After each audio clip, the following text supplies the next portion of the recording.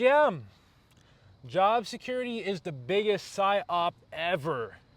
So this is an interesting topic, but it's basically this idea of college and job security and whatnot, where a lot of people, they go into college, and I've personally seen this with a lot of people my age. I don't know why they're going to college, for example, to study video editing or film. Like, they go to these prestigious ass colleges, they go there to study English or whatever the fuck.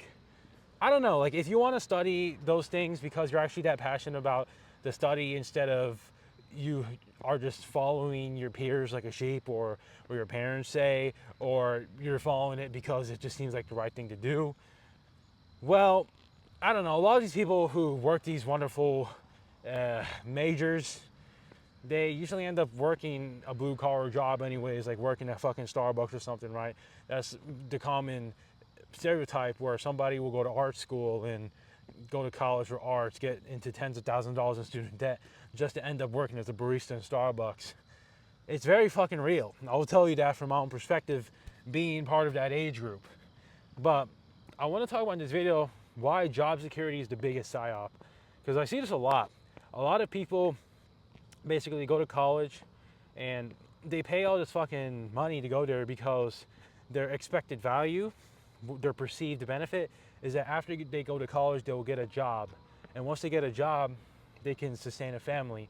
They can buy a house. They can buy a car. That's basically the American dream that has worked before, when one man in the household can work and sustain the whole fucking family. Nowadays, both the man and the woman need to work 3 fucking jobs and a side hustle to sustain a family of 4. It's pretty bad, and college is becoming less and less of an attractive thing. And I think people are not really going more for money reasons anymore, but more for vibes and community, which I think are good. But like, you don't have to go to college to get those. From my own perspective, there's other aspects. There's social groups, there's churches, there's clubs, there's special interest groups, language exchanges. There's a lot more than just college, and they're way fucking cheaper than paying tens of thousands of dollars per year to go to a place to get a degree that you'll not even fucking use anyways. And this idea of job security is going to get a lot fucking worse. Fiat, the government keeps printing the money. They keep making the value of the dollar go down and down. Hard assets are going to go to the moon for the next decades to come. Bitcoin is going to millions of fucking dollars. Gold is going to 10K, whatever the fuck. Like, S&P is going past 10K. Like, everything is going straight to the fucking moon.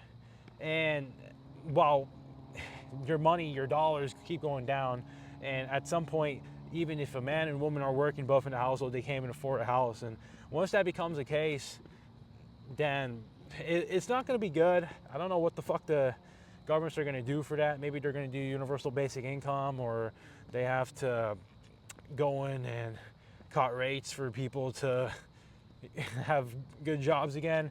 I don't fucking know. I'm not the Fed, but basically this idea of job security, that I'll go to college for the next 4 years and I'll get a job and everything's gonna be fine. This idea, this American dream, is gonna get, there's a lot of decay in it. It's just gonna get worse and worse.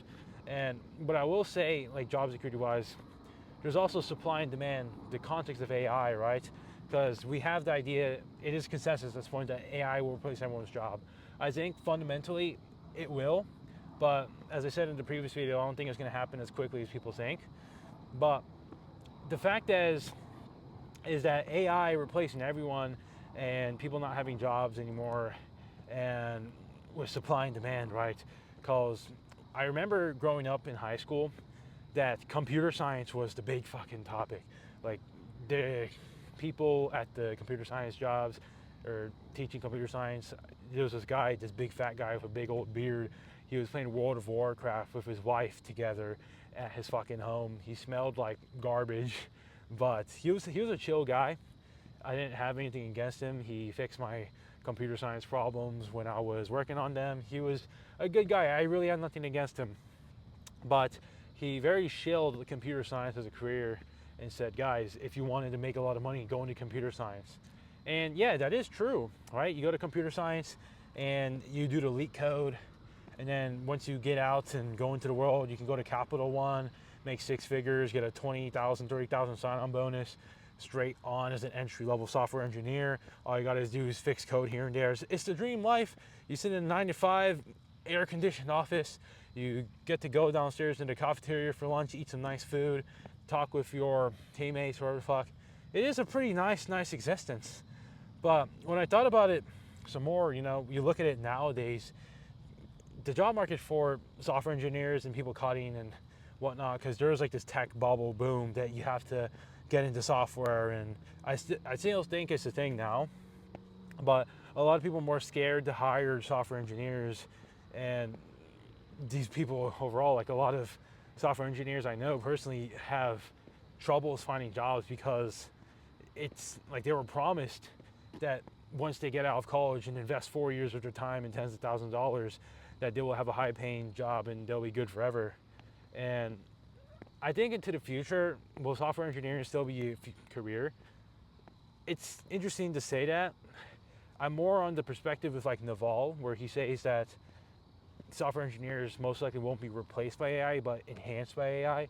That's what you see with these wonderful skills like vibe coding and whatnot. Like vibe coding, you need to know how to code, like to do vibe coding, because you need to know what's wrong with your code.